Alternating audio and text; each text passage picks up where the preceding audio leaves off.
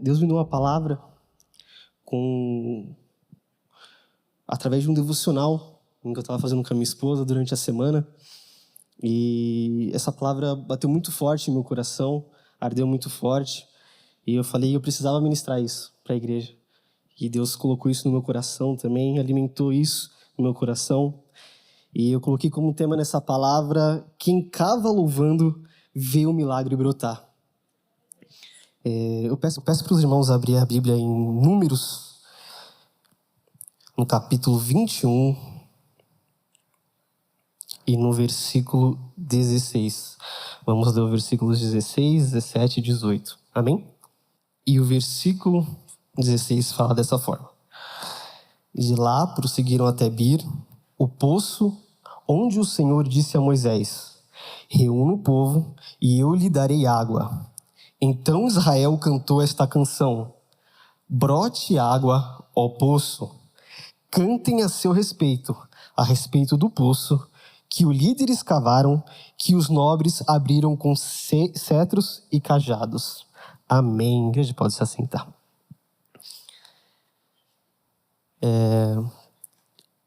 Nessa história, a gente vê aqui o povo de Israel que estava caminhando pelo deserto. O deserto árido. E eles saíram do Egito com a promessa de chegar até a terra prometida.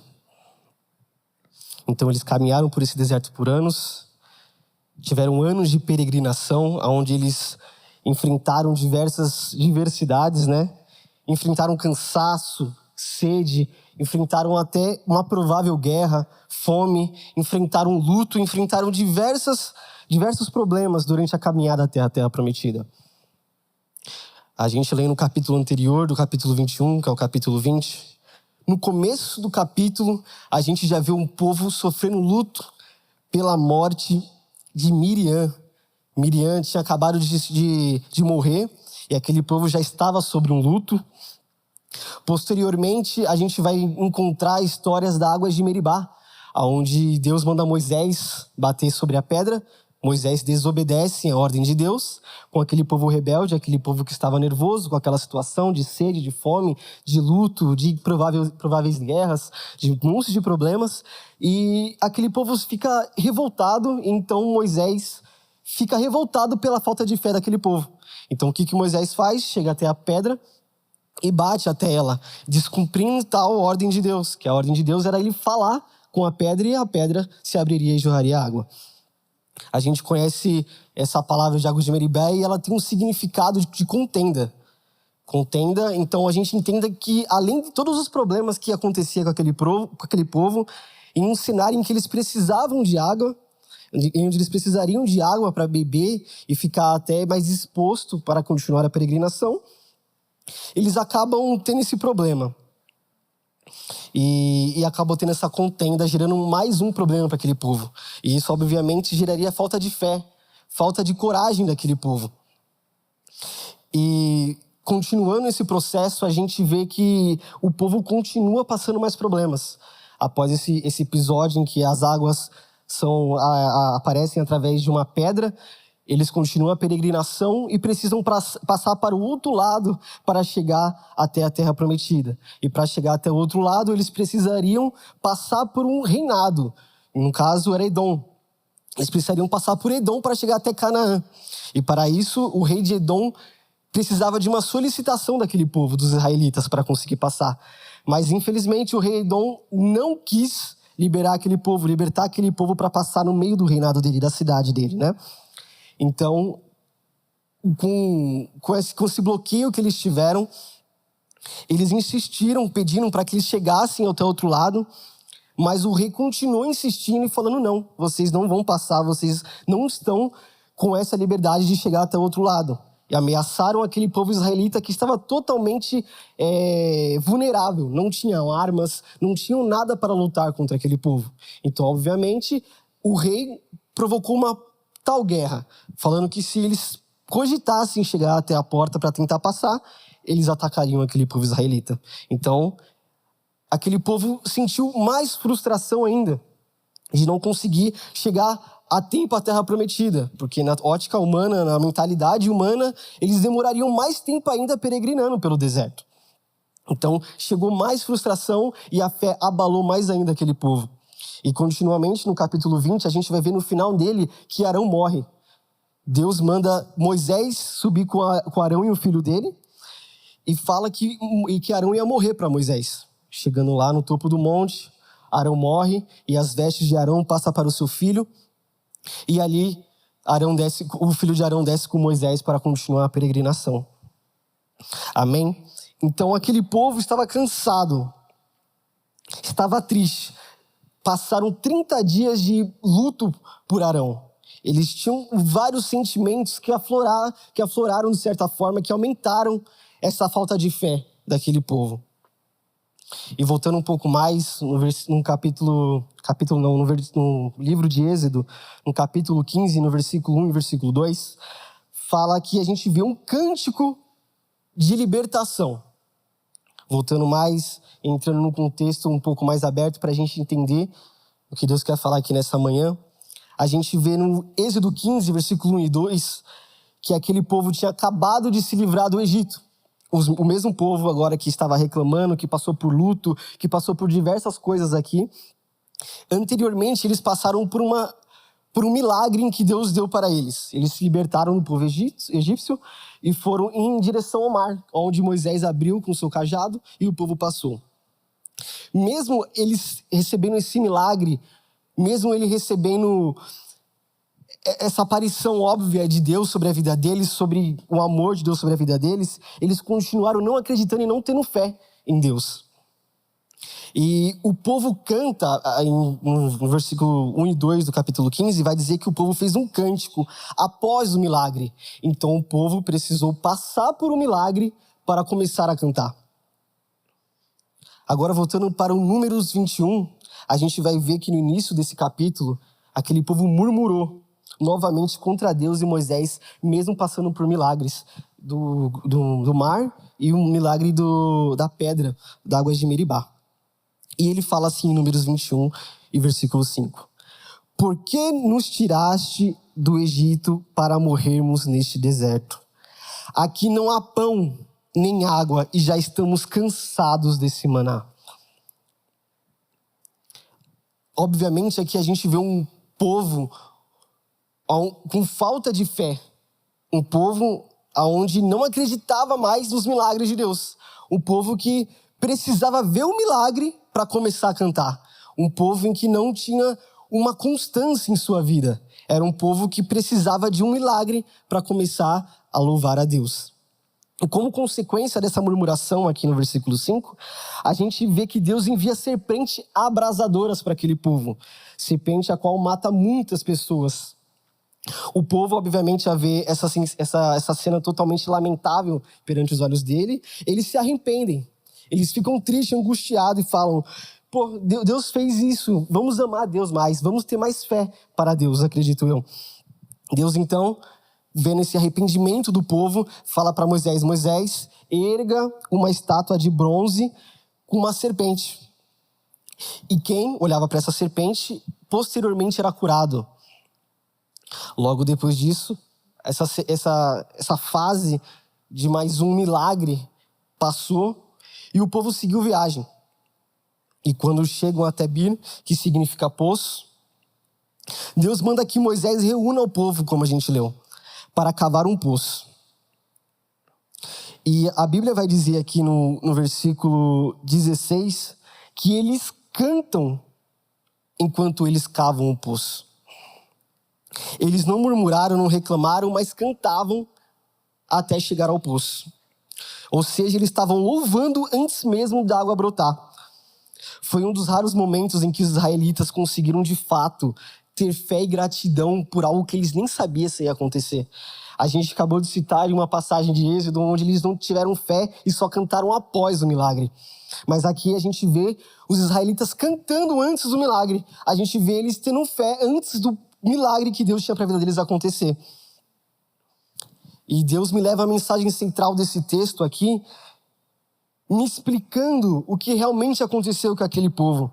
Esse versículo mostra que o louvor atrai o mover de Deus. Quando a gente louva, quando a gente entoa cânticos de fé e de louvor a Deus, automaticamente Deus age ao nosso favor, como ele reagiu àquele povo. Eles estavam no deserto, ainda não tinham visto um milagre, mas adoraram enquanto cavavam. Amém? E Deus apresentou 3 lições perante essa passagem que nos ensina o que devemos fazer para ter uma vida melhor com Deus, para a gente viver as promessas de Deus com fé. E a primeira lição que Deus trouxe até mim enquanto eu estudava é que Deus sabe o que faz. Mesmo após o povo não escutar a voz de Deus, murmurando, e até Moisés não escutou a voz de Deus nas águas de Meribá, a gente vê no versículo 16 que Moisés inicialmente escuta a voz de Deus. Ele entende que aquele povo precisa cavar o poço. E ele ordena o povo cavar o poço. E o povo acatou dessa vez a voz de Deus. Eles entenderam que precisavam escutar a voz de Deus. E o que eles fazem? Cavam. E Deus me levou a esse primeiro ponto de uma forma bem clara. Que ouvir a instrução do nosso Pai é a solução para os nossos problemas.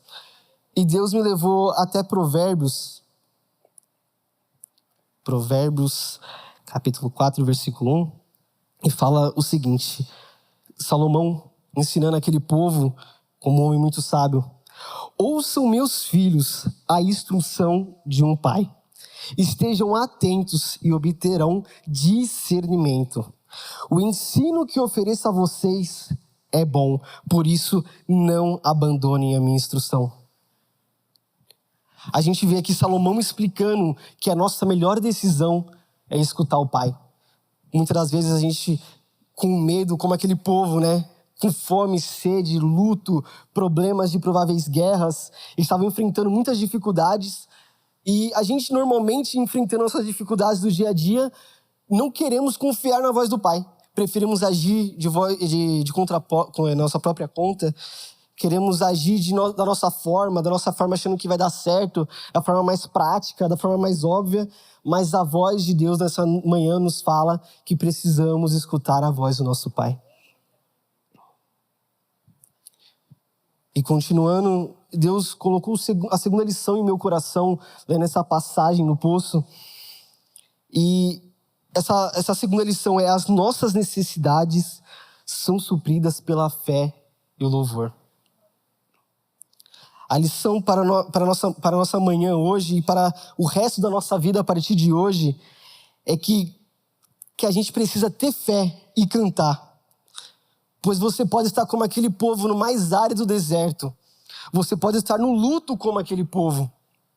Você pode estar com medo como aquele povo. Você pode estar prestes a entrar em uma guerra. Você pode até pensar que andou em vão como aquele povo. Mas Deus fala que quando você canta, Deus ouve e move as águas ao seu favor. Deus provê água ao seu favor como aquele povo. Ele encontra caminhos ou ideias ou situações inusitadas, portas fechadas, para que Ele venha te dar aquilo que você precisa.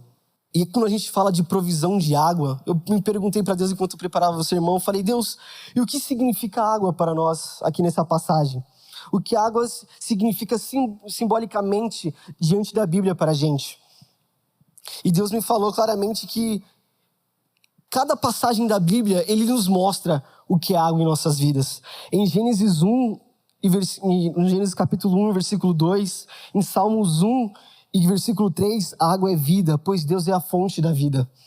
E em Ezequiel 36, versículo 26, e em Atos 22, versículos 16, a água tem um símbolo de purificação, arrependimento e limpeza dos nossos pecados.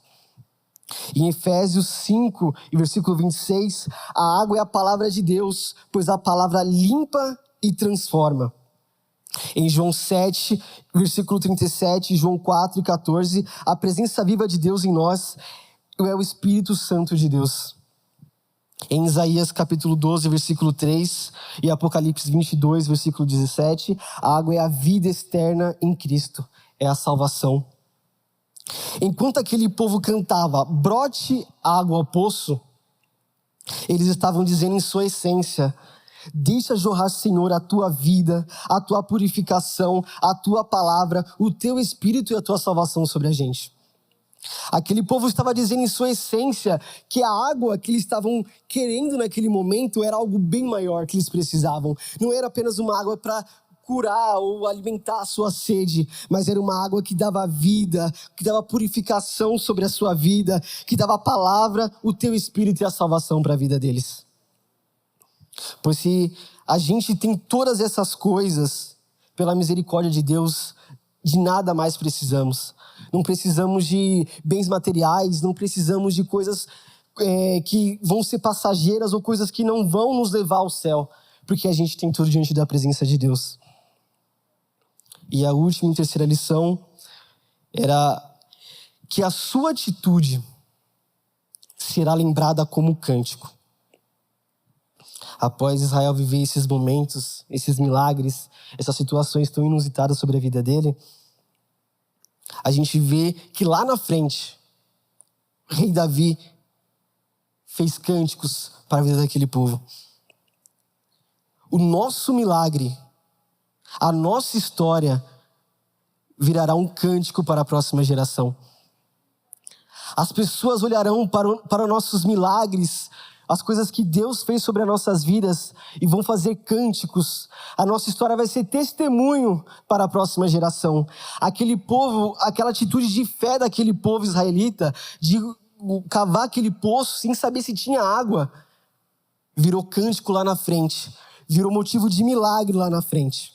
E Deus me levando para a parte final desse sermão, eu entendi que o poço, ele significa, ele representa situações secas nas nossas vidas. Onde Deus espera ver louvor meu e seu, mas a gente está murmurando. A gente está esperando um milagre acontecer para a gente começar a cantar. Mas Deus não quer que a gente faça isso. Ele quer que a gente cante antes mesmo do milagre chegar à nossa porta. Enquanto muitos ali reclamavam do deserto árido, do calor, que é extremamente forte de manhã e à noite extremamente frio, enquanto aquele povo reclamava da sede e da fome, Deus estava esperando que eles cantassem.